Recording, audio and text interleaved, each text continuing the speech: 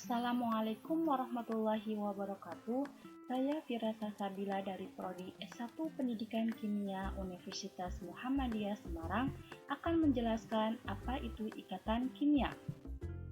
Poin-poin pembahasan pada ikatan kimia: yang pertama, peranan elektron pada pembentukan ikatan kimia; yang kedua, perbandingan sifat senyawa ion dan senyawa kovalen; yang ketiga, pengecualian dan kegagalan aturan oktet; yang keempat, struktur Lewis; dan yang terakhir, jenis-jenis ikatan kimia. Pembahasan yang pertama yaitu peranan elektron pada pembentukan ikatan kimia. Menurut Gilbert Newton Lewis mengaitkan kestabilan gas mulia dengan konfigurasi elektronnya. Gas mulia mempunyai konfigurasi penuh, yaitu konfigurasi oktet atau mempunyai 8 elektron pada kulit terluarnya, kecuali helium dengan konfigurasi duplet. Unsur-unsur lain dapat mencapai konfigurasi oktet dengan melepas elektron valensinya atau menyerap elektron. Hal itulah yang terjadi ketika unsur-unsur tersebut membentuk ikatan.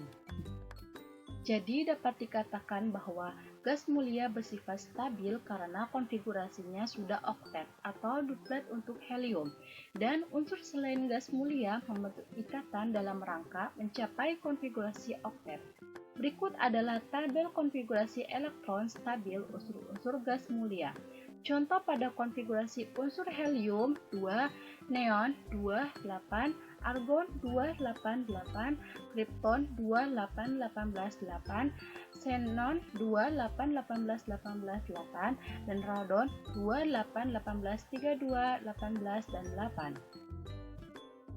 Dapat disimpulkan terjadinya pembentukan ikatan kimia bahwa elektron pada kulit terluar berperan penting dalam pembentukan ikatan kimia. Yang kedua, ion positif dan ion negatif membentuk ikatan kimia yang disebut ikatan ionik. Yang ketiga, ikatan kimia terjadi dengan pemakaian elektron secara bersama yang disebut ikatan kovalen. Yang terakhir, pembentukan ikatan ionik dan kovalen bertujuan untuk mencapai konfigurasi stabil golongan gas mulia. Pembahasan yang kedua yaitu perbandingan sifat senyawa ion dan senyawa kovalen. Senyawa ion sendiri yaitu senyawa atau ikatan yang terjadi akibat perpindahan atau serah terima elektron, contohnya pada senyawa NaCl. Selanjutnya, senyawa kovalen sendiri yaitu senyawa atau ikatan yang terjadi akibat pemakaian dua atom secara bersama, contohnya pada senyawa HCl. Perbandingan sifat fisik yang paling menonjol antara senyawa kovalen dan senyawa ion adalah pada titik leleh, kelarutan, penghantar listrik. Perbedaan ketiga hal ini antara lain disebabkan oleh kekuatan ikatan ion. Berikut ini adalah tabel perbandingan sifat senyawa kovalen dan senyawa ion. Pada sifat titik leleh dan titik didih, senyawa ionik tinggi, sedangkan pada senyawa kovalen rendah.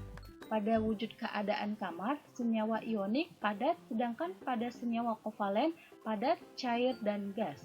Pada sifat volatilitas atau kemudahan menguap, senyawa ionik non-volatil, sedangkan pada senyawa kovalen volatil. Pada kelarutan pelarut polar, senyawa ionik larut pada air, sedangkan senyawa kovalen tidak larut. Kelarutan pada pelarut non-polar, senyawa ionik tidak larut dan senyawa kovalen larut. Pada sifat daya hantar listrik larutan, senyawa ionik menghantarkan dan senyawa kovalen juga menghantarkan. Pada daya hantar listrik lelehan, senyawa ionik menghantarkan, sedangkan senyawa kovalen tidak menghantarkan. Pembahasan yang ketiga yaitu pengecualian dan kegagalan aturan oktet. Pengecualian yang pertama yaitu senyawa yang tidak mencapai aturan oktet. Senyawa yang atom pusatnya mempunyai elektron valensi kurang dari 4 termasuk dalam kelompok ini. Hal ini menyebabkan setelah semua elektron valensinya dipasangkan tetap belum mencapai oktet. Contohnya pada BCl3, atom B ini belum oktet. Yang kedua, senyawa yang melampaui aturan oktet. Senyawa kovalen biner sederhana yang dibentuk dari unsur-unsur yang elektron valensinya kurang dari 4. Hal ini menyebabkan tidak membentuk oktet yang tidak sempurna, contohnya pada senyawa PCl5, SF6, dan CIF3. Yang ketiga, senyawa dengan jumlah elektron valensi ganjil. Hal ini terjadi pada senyawa yang memiliki pasangan elektron bersama lebih dari 8. Contohnya adalah NO2 yang mempunyai elektron valensi 5, 6, dan 7. Pada kegagalan aturan oktet yang gagal meramalkan rumus kimia senyawa dari unsur transisi maupun post-transisi. Unsur post-transisi adalah unsur logam setelah unsur transisi.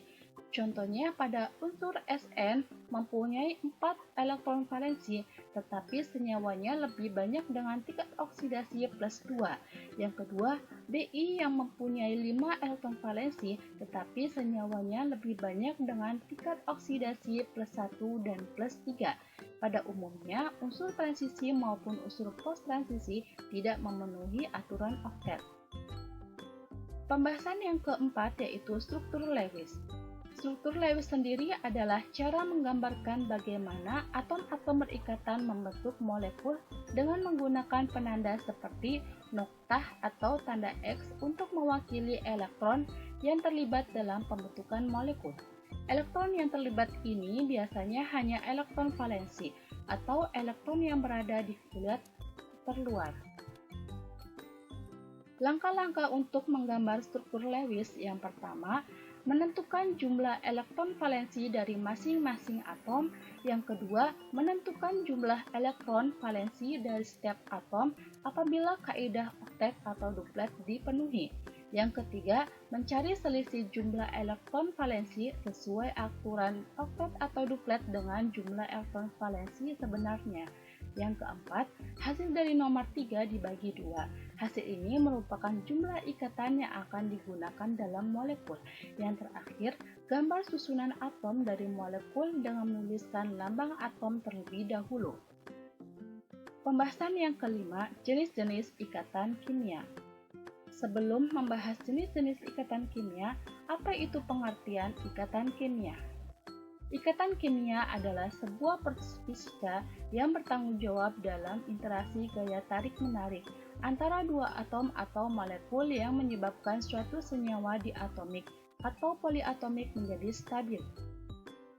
Jenis-jenis ikatan kimia. Yang pertama, ikatan ion. Ikatan ion sendiri adalah ikatan yang terjadi akibat gaya tarik-menarik antara ion positif dan ion negatif. Ikatan ion terjadi antara unsur logam dengan unsur non-logam. Ikatan ion terjadi karena adanya serah terima elektron dari satu atom ke atom lain, contohnya pada senyawa NaCl. Yang kedua, ikatan kovalen. Ikatan kovalen sendiri yaitu ikatan yang terjadi karena pemakaian bersama elektron-elektron oleh dua atom. Ikatan kovalen terjadi antara unsur non-logam dengan unsur non-logam. Contohnya pada atom hidrogen. Yang terakhir, ikatan logam.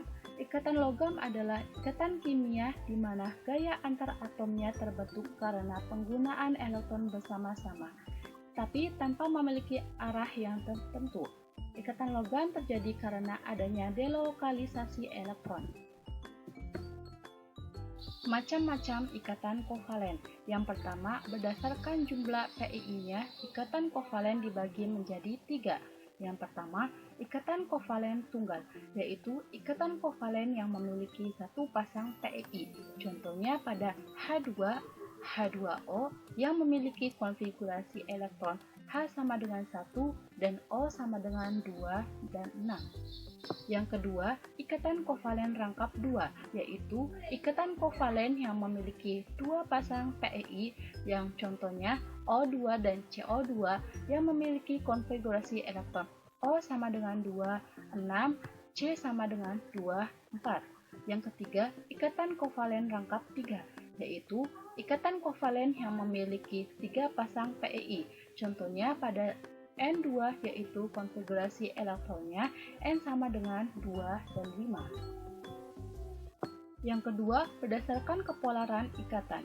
Ikatan kovalen dibagi 2, Yang pertama, polar, yaitu ikatan kovalen polar adalah ikatan kovalen yang PeI-nya cenderung tertarik ke salah satu atom yang berikatan, contohnya pada H2O dan NH3. Yang kedua, nonpolar. Ikatan kovalen nonpolar yaitu ikatan kovalen yang PeI-nya tertarik sama kuat ke arah atom-atom yang berikatan, contohnya pada H2 dan CH4. Pembahasan yang terakhir pada ikatan kovalen koordinasi.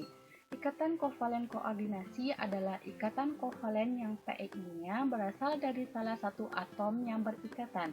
Contohnya pada NH4+ terjadi ikatan kovalen koordinasi.